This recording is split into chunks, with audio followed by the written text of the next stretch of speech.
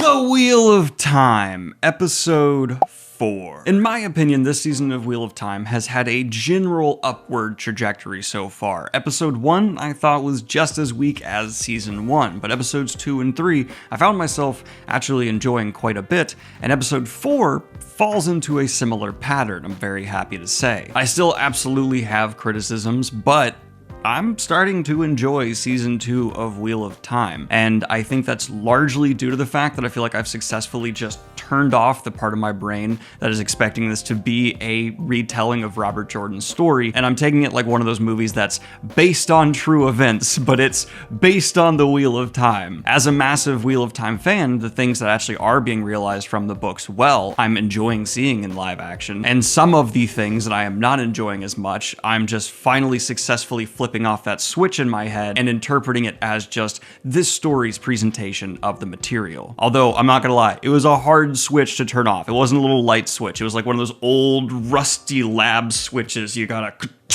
down. 3 things before we get into a spoiler review of this episode that doesn't have any spoilers in it for things later on in the series, just the context of this episode. First, I would like to get opinions in the comments down below. Is Hopper good boy or is Hopper best boy? That's something I really think we need to get into a nuanced discussion of. 2, within the Wheel of Time community, I would like to propose we just start referring to stabbing someone through the chest as Moiraining a bitch.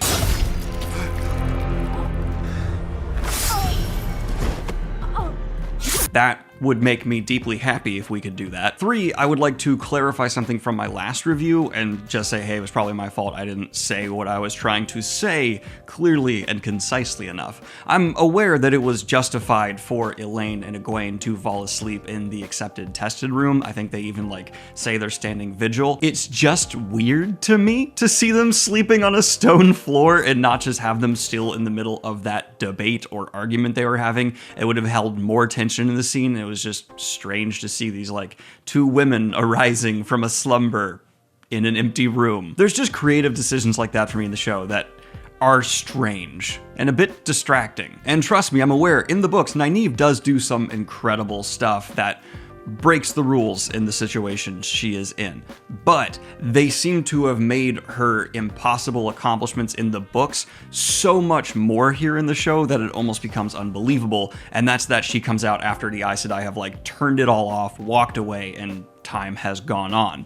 That for me is kind of the what? But again, the whole execution of that change, I still thought was done pretty damn well. It's just a change that on the switch on level makes me do the Tim Allen that was my best impression. It's not going to get better than that. But that's enough about the past. Let's talk about the present, which would be episode 4 in itself. And we're going to break this down by plot lines of separated characters, beginning with my least favorite right now, Lan. Lan away from Moiraine this early in the series feels wrong to me, not just on a book fan level. This is a relationship I would like to see exist and be solid for a long time before it starts to schism, because then it just has more weight. Not even due to writing or what you're seeing in the screen, but if you're made to sit with that relationship for a longer time, you get more comfortable with it, it has a larger impact when it shatters. And the pacing of the story for what's happening with Lan just seems like it's happening at this grindingly slow pace, and it's like they're not sure what to do with his character while wanting to keep one of their big stars relevant in the script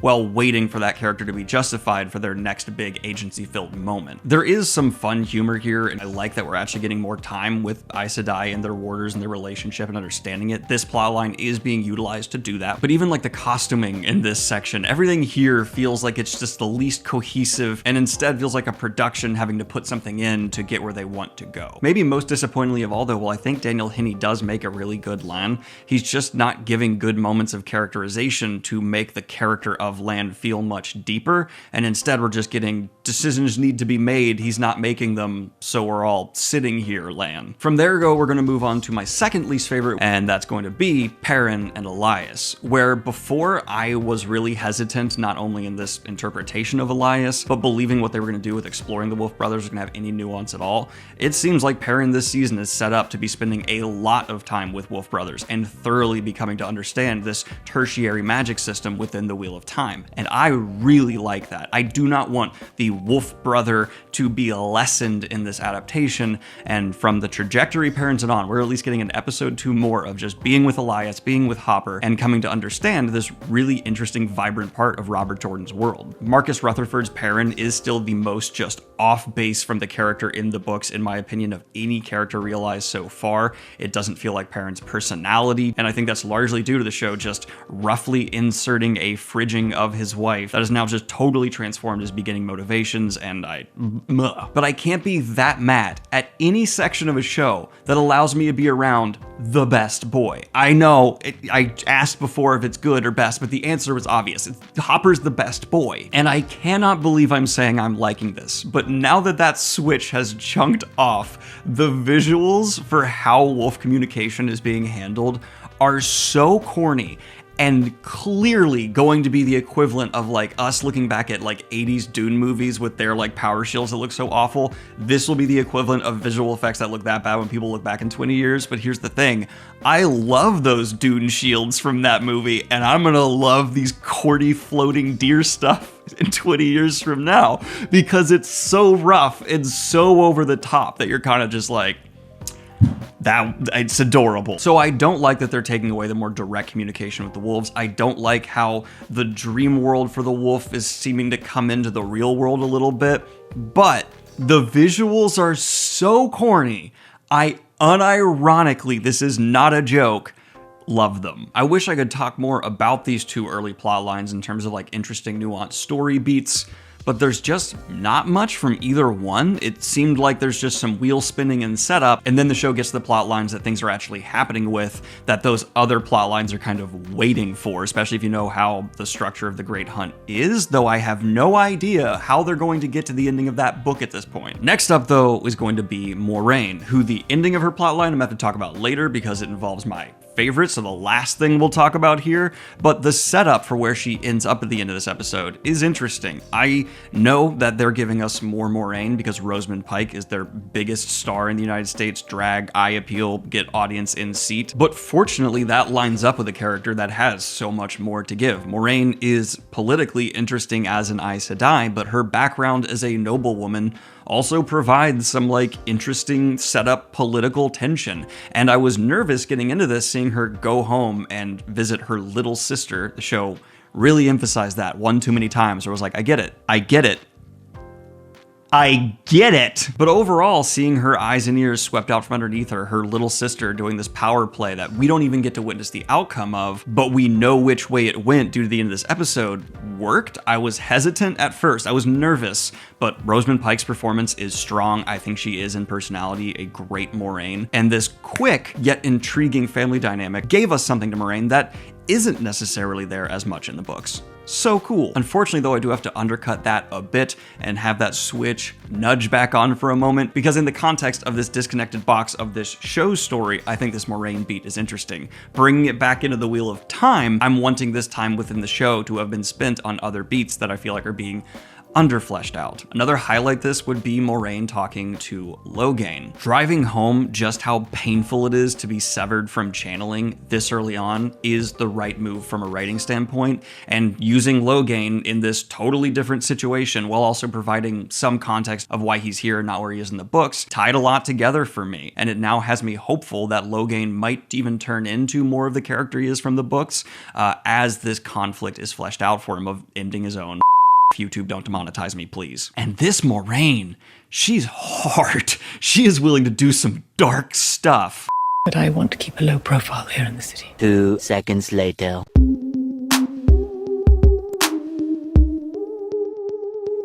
This is why. Which is a transition into my next favorite, believe it or not, plot line in this episode. There are so many, and that would be Min and Matt. Maybe less important in the context of the wider show is actually happening here than Moiraine, but in terms of the performances and setup, I had this knee-jerk reaction no for what was being done with Min's character here, but knowing her arc, who she is, and if they keep those characteristic traits in this character, the setup could lead to something pretty damn interesting. And I like a more aggressive representation of Min's gift being viewed as a curse, because obviously there's not as much time as the books had to set up how much of a curse it is. So this was one of those instances where I feel like the show kind of just blunting it and putting it directly in your face with this entrance into the dream world, this dream sequence with a Forsaken, hooked me a lot. I was like, oh, okay, this is scary. I get why Min being exploited by her family this way would be terrifying. And then sitting in the dream world with one of the Forsaken and having him just physically restrain her in a way where it's like, it's not an option for you to get up and leave. You get that, right? Played into the Forsaken intimidation, and it was a good reveal of Leandrin's actual revealing of being a dark sister, black sister, before what happens in our next plotline we'll talk about. So Donald Flynn, still a good, charming Matt, having Matt and Min get a bit more of a friendship, which is a duo I actually wanted to see more of in the books. All happy to see. And the actor playing this Forsaken, while I think his dialogue is a bit redundant, I think he is not giving too much to do, he is doing a lot with that little bit given to him. I wish we were getting the more mad angle of this Forsaken that we get in the books, but having a more cool, calm realization of who this Forsaken is later on in the books has not only me hooked, but also Kayla. And watching this alongside with someone who has not read The Wheel of Time is so much fun. Finally, the White Tower plotline with Elaine, Egwene, and Nynaeve. Yes, my biggest issue from episode 3 was just they hand-waved away that this Accepted did something that should rattle the tower to its bones. They're kind of mentioning it, but not too much. Everything else happening here with Nynaeve, Elaine, and Egwene is providing enough oomph for me to look past that and really start to feel the momentum of this show finding its footing. And in terms just of this trio, it is the strongest group of actors with the strongest writing to make it feel like the friendships we know the most from the books, which, holy crap, I'm proud of this show for finally getting me into that mindset and not having to struggle with that switch for such an extended period. And I'm so excited to see the chemistry between Elaine and Egwene continue to blossom, because if they are realizing this angle of their friendship so well early on, I'm hopeful the writers will be able to show the dynamicism to all three of these women's relationship as we get into later seasons, if we do. On reread of The Wheel of Time, you really see how these women love each other, but struggle continually with the power dynamic between the three. They're all on the same side, but they end up with different motivations and end goals at various points in their stories. And already the show is leaning into that. And the reveal at the end when Nynaeve learns of Perrin and Loyal being taken prisoner by soldiers, where Elaine and Egwene are going down into the under part of the tower, and we see Elaine just come around the corner in a way that's so obvious, but then her line kind of undercuts that by being like, yeah, I'm f***ing here. I don't know why I made her Italian, but yeah, I'm f***ing here. It worked. That was actually like, okay, undercutting and acknowledging the bluntness of that was genuinely funny. But right as Nynaeve steps up to take punishment from Leandrin, possibly, the reveal is shown to them and the rest of the audience who maybe haven't read the books that she is indeed nefariously working here. And, oh, I won't spoil what happens, but it's about to get dark here. I believe this episode does confirm, though, with what Leandrin says to the Amerlin second, that they are combining Elida and Leandrin into this one character, so we'll see how that continues to play out. I get why you would, but I would have continued naming the character Elida? I don't know, there's interesting decisions, but I really do like this character for this show at this point. And also mad shout out to Kate Fleetwood, the actress behind Leandrin, for the monologue she gives Nynaeve. Not only did I just completely lose myself in what she was bringing to this character, but as soon as she was done giving it, Kayla turned to me and went, I don't know if that was in the book, but I now really care about this character. And with the reveal layered over top of that, it adds like a bang, bang, bang to this villain where you can understand someone going to the shadow, you can understand the world these people have had to live in, and you can understand the temptation of what's on the other side. And this wasn't even my favorite plot line. That goes to Rand and Selene. So it's revealed in this episode that Selene is Lanfear, something that all book fans have known. I really like this interpretation of the Lanfear-Rand dynamic, and I even think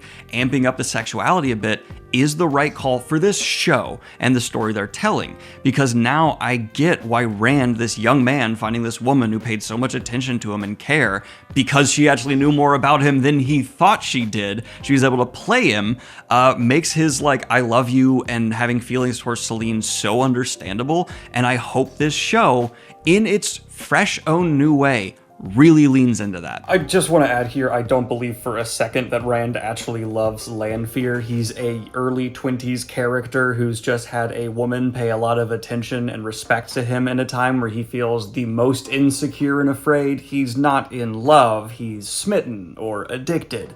Anyone who's an adult past 25 is going to recognize that right away. I just think it's a believable thing for a early 20-something kid to say to the one thing at this point in their life that feels like it gives them any stability or empathy. And Yosha Stradowski was actually able to bring quite a bit to Rand in an episode that didn't give him a ton of time. Seeing him struggling with accidentally burning this place down, having to let Selene take the blame for it, which then led into her manipulating him more. Her clearly setting up this confrontation with a Murdral that makes him display her power so she can be the one to accept him, to ingratiate him even more to her.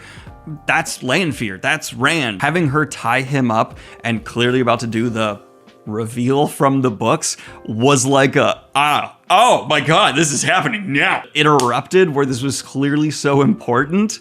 I'm now really invested in the character of Lanfear here. And that's something for all of the Forsaken the books struggle with at times, where they really feel like they have their own character and oomph in the story. So far, at least Lanfear and Ishamael, they're feeling oomph and character filled. And seeing the Ishamael blood scene was also oh, good. And the glass cannon issue in Wheel of Time was addressed as well, which is a huge deal. For those of you who don't know, glass cannons mean someone who has a tremendous amount of power output, but you can still kill by essentially normal everyday human means. And Aes Sedai still seem to have that problem, and I'm happy it's here. But in the books, vague spoiler warning, even the most powerful channelers can theoretically just have a throat slit and be gone, which kinda undercuts the Forsaken at various points because they're these super evil, awful people. But yeah, you can decapitate the most powerful of them, and if you do, this person who could be like a threat to a whole country is still gone. But there is still a way back, is what I will say without getting into spoilers. That would be complicated and difficult to show on screen. This show is simplifying that process in a creative choice. That's just a lot to bring to the screen that we don't necessarily need to see. And having Lanfear apparently just be able to heal, or have some weaves that after thousands of years, maybe they just leave tied offs in themselves or something to heal, to get back up. Yeah, I'm totally fine with that. And Moiraine stabbing her in the chest and slitting her throat. Again, if something from the books has potential to make conflict from book in future way more high stakes, and I am here for that. God, talking around all of this is tough. Last insert, I promise. Maybe I'll probably break that promise. But I do want to address the fact that I feel like in the books, the Forsaken being glass cannons almost lends to their believability because they are notoriously ineffective throughout the series. But having them be glass cannons, it's like, oh, they're afraid to get on the field because they can just be taken out. With the show having to condense so much, you probably do want the Forsaken taking on more of the weight for what the Shadow needs to be doing in these episodes. So I feel like they need to be utilized in a storytelling change for this medium more aggressively. So maybe this is a reach, maybe this is a lot. I'm thinking this is a transition due to medium that I am giving a lot of slack on and saying, no, I can see if this pays off well in the future, why this would be the creative choice you want to make. It's not something I think is a problem in the books, but I think could be a problem if it wasn't changed for the show. That being said, though, those are all the plot lines, and I think this episode is my second or third favorite of Wheel of Time yet, and I'm happy to give it a solid 7 out of 10. Where, yeah, there were some plot lines I didn't like that much overall. It still does not feel very cohesive, but aside from those issues, I was invested in some of these stories, whether they were from the book or not. And I'm not going to talk about that as much in the future. I just wanted to kind of get it clearly here in this review that I am finally having an easier time with that. Later episodes, I might not even mention it. If you're curious about the differences between the books and the show, there's actually a great series where Bookborn is doing a really good job of just kind of going through all the changes. So if you don't mind some book spoilers, check it on out. But now let's get into spoilers for book potential stuff down the road. If you do not want the possible show or definitely the book spoiled for you, click off now, because we're gonna be talking about things that happen in book 1 all the way to book 14. So get the F out. Bye-bye, 3, 2, 1, spoilers. Moiraine directly pissing off Lanfear this much before, hopefully, we actually get a confrontation where what happens to Moiraine happens to her in the show as well. I'd really like to see that. That works for me. I like having her directly having had a confrontation with Lanfear where she took her by surprise, and Lanfear, or Celine, will be able to turn around and potentially punish her for that. Adding that personal angle to that relationship where Lanfear tries to act above it all the time, but so many times she's really not. It could provide that oomph where in that scene, Lanfear even fails because of that level of vindictiveness towards Moiraine. Good. Mwah, mwah. Okay, that makes me happy. But in terms of big sads for this, Kayla, as soon as Hopper came on screen, was like, I love Hopper. Please tell me he becomes a major character. And I was like, he does. And I hate that this show has picked such a damn cute dog to play Hopper. Oh, he's so cute. What I'm looking forward to this whole season the most, though, is going to be seeing Egwene, Elaine, and Nynaeve deal with the Shan-Chan. They have been leaning into the innocence of Elaine and inexperience of Egwene and stubbornness of Nynaeve. We know these flaws of these characters for this show, and having them go up against a force we just saw so brutally and effectively displayed in episode 3, you just know those flaws are going to make them have trouble with each other and the situation at hand. I think these are the 3 strongest characters working together on the screen, and the threat they're about to step into feels lethal. That lends itself to good writing. Yay! I'm really excited to watch the next episode of Wheel of Time next week, and that's got me feeling good. But let me know what you think of this episode in the comments down below. Let me know if you agree or disagree with me about various points I've made, and have a good one, y'all. Peace.